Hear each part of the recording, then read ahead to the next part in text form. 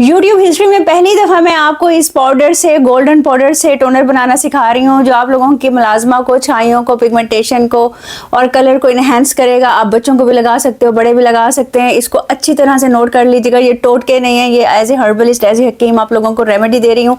आप बनाकर सेल भी कर सकते हैं। देखिएगा इसके 1000% रिजल्ट आप लोगों को मिलेंगे। लेकिन आप लोगों को जिस तरह से बताओ ना, कॉपी पेंसिल ले लें, वैसे ही बनाइएगा। बहुत ज़्यादा मैसेज आ रहे थे कि आप ही अब्रॉड में हमें मिलता है टर्मरिक हल्दी का टोनर, वो हमें बनाना सिखा दें। एज ए हर्बलिस्ट वहाँ पे ऑर्गेनिक मिलता है। तो आज आप लोगों को मैं वो बता रही हूँ, तो आप लोगों ने नोट कर लेना है।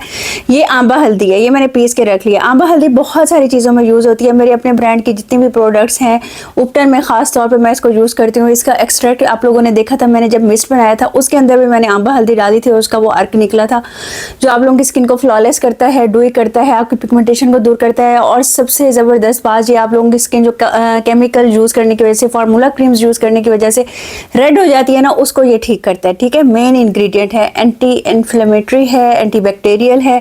आप लोगों की सारे प्रॉब्लम्स दूर हो जाते हैं और आप लोगों के एक्ने के निशान भी इससे ऐसा ऐसा ख़त्म हो जाते हैं। अब आप लोगों ने बनाना कैसे है, कॉपी पेंसिल ले लो, फिर बाद में पूछना नहीं कि आपने क्या किया था। वैसे मैं लिख भी दूंगी, कोशिश करूंगी। आप लोगों ने आंबा हल्दी ले लेनी है। देखिए मेरे पास पिसी हुई है, आप पिसी भी ले सकते हो। और आप लोगों ने क्या करनी है, आप लोग ये जो गीली मिलती है ना, आप लोगों ने वो भी ले लेनी है, जैसे ग्रोसरी शॉप से मिलती है।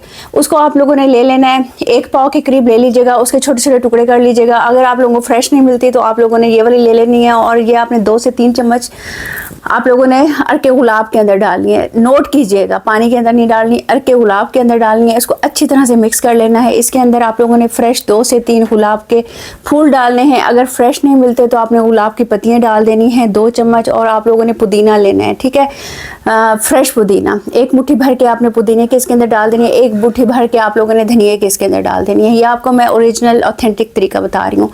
ये आप लोगों ने देगची में डाल देना है। हम तो कुरमबीन में बनाते हैं और डिफरेंट तरीकों से बनाते हैं। घर का तरीका बता रही हूँ। उसके अंदर डाल के अंदर छोटी सी कटोरी रख दीजिएगा, ढक्कन बंद कर दीजिएगा। ऊपर बर्फ़ और ठंडा पानी डालते रहें। उस कटोरी के अंदर जो पानी जमा हो जाएगा वो ये इसका अर्क होगा। उसको आपने फ्रिज में रख देना है, 3 से 4 दफ़ा लगाना है। लेकिन उसके अंदर आप लोगों ने क्या करना है, काफूर आप लोगों को पंसारी से मिलेगा।